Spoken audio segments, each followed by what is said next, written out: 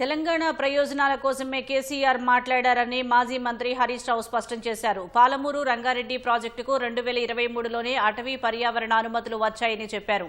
కేంద్రం డీపీఆర్ వెనక్కి పంపిస్తే మళ్లీ పోరాడి 7 అనుమతులు సాధించామని ఆయన వివరించారు. మిగిలిన 1-2 అనుమతులు సాధించకపోవడం వల్లే ఇప్పుడు డీపీఆర్ వెనక్కి వచ్చిందని ఆరోపించారు.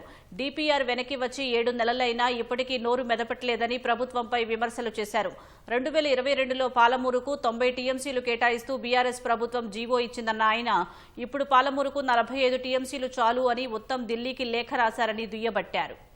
మాకు ఈ 299 పేరిట అన్యాయం జరిగింది. మాకు సెక్షన్ 3 కింద వెంటనే కృష్ణా నదీ జలాలు పునః పంపిణీ చేయండి.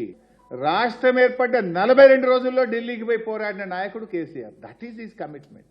డిపిఆర్ వాపస్ తెచ్చిన వాళ్ళు మీరు, ఢిల్లీకి పోయి సెక్షన్ 3 కోసం పోరాడింది కేసీఆర్. కేసీఆర్ సంతకం పెట్టిండు, ఆడబెట్టిండు చూపి నాకు. ఆనాడు అడహక్ ఒప్పందం ఉమ్మడి ఆంధ్రప్రదేశ్ అసెంబ్లీలోనే 299, 512K ప్రాజెక్టులకు నిర్మించింది కనుక తాత్కాలికంగా దీన్ని వాడుకోండి, ట్రిబ్యునల్ పంచిన తర్వాత ఎవరి లెక్క వాళ్ళకే అని స్పష్టంగా ఒక తాత్కాలికమైన ఒప్పందం అధికారుల మధ్య జరిగింది. కేసీఆర్ గారు ప్రాణాన్ని ఫనంగా పెట్టి తెలంగాణ తెచ్చినోడు కదా, ఆయన బతికుండంగా తెలంగాణకు అన్యాయం కానిస్తాడా? అసలు ఎవడు నమ్ముతాడా తెలంగాణలో?